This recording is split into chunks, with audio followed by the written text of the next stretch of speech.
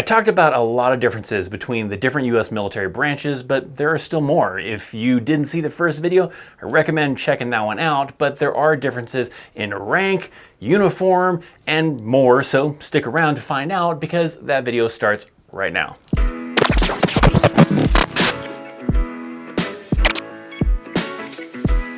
All branches require you to go to what is called MEPS, which is Military Entrance Processing Station, which is just like a local station that will make sure that you can join, you're physically okay and such, but they also determine like what jobs you'll qualify for and figure out what jobs you can do. In order to do that, they got to look at your ASVAB.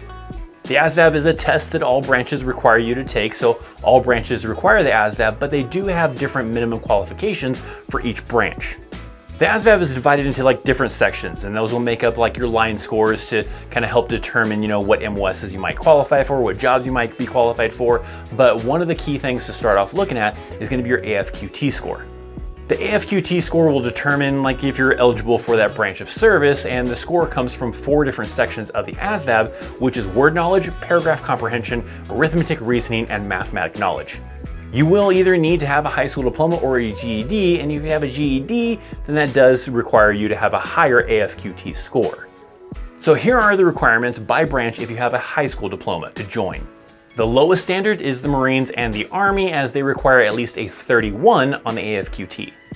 Next is the Navy that requires at least an AFQT score of 35, and the highest standard would be the Coast Guard and the Air Force, as they require at least an AFQT score of 36.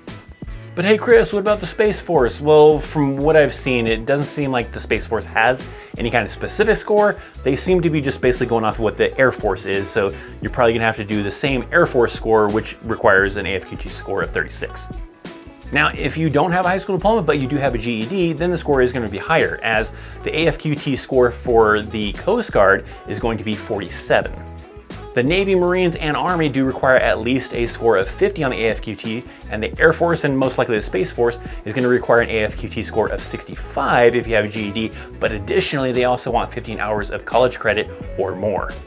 Now this video is brought to you by Ridge, and right now you can actually save 10% by using the promo code CHAOSARMY. I personally actually use the Ridge wallet, the key case, and the Ridge pen for my everyday carry. It goes with me everywhere.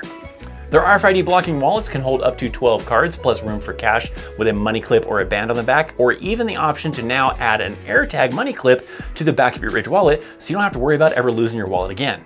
They have several cool new items though. You can actually get this Basecamp Orange bundle that includes the Basecamp Orange wallet and the Basecamp Orange key case.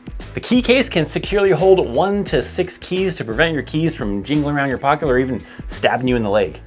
You can even get up to 30% off when you order a Ridge wallet with a key case.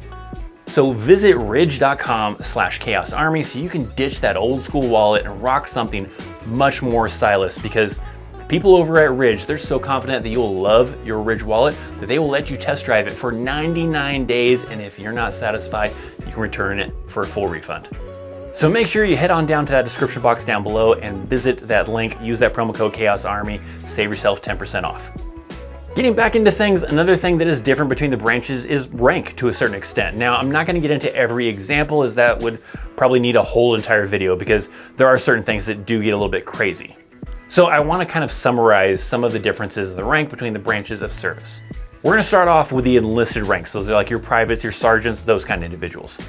All branches of service have like E grades, right? E1, E4, E5, all that kind of stuff. So the first 4 ranks for the Army are things like, your privates, and then you get to like your specialists and your corporal when you get to the 4th rank, or E4. The Marines also use private ranks for the first 2 ranks, and then they use Lance Corporal for the 3rd rank and Corporal for the 4th rank. The Air Force actually uses different like airman names, with senior airmen being their 4th rank. Then the Coast Guard and the Navy use different like seaman names, and their 4th rank actually starts off using the petty officer names.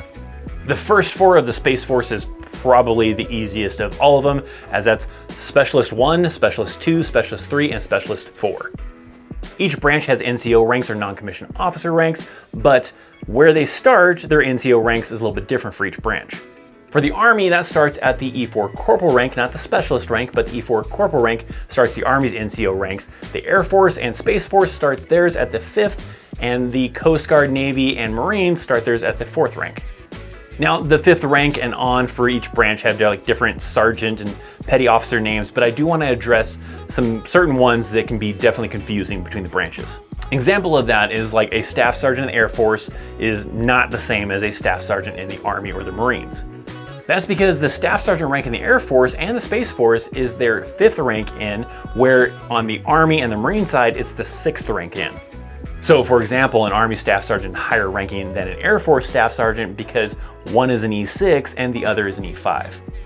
Then when it comes to officer ranks, it's really the same for the Army, Marines, Air Force, and Space Force. The one that has a lot of different terms is like the Coast Guard or the Navy. A confusing one, similar to the staff sergeant example that I just gave, is the captain rank.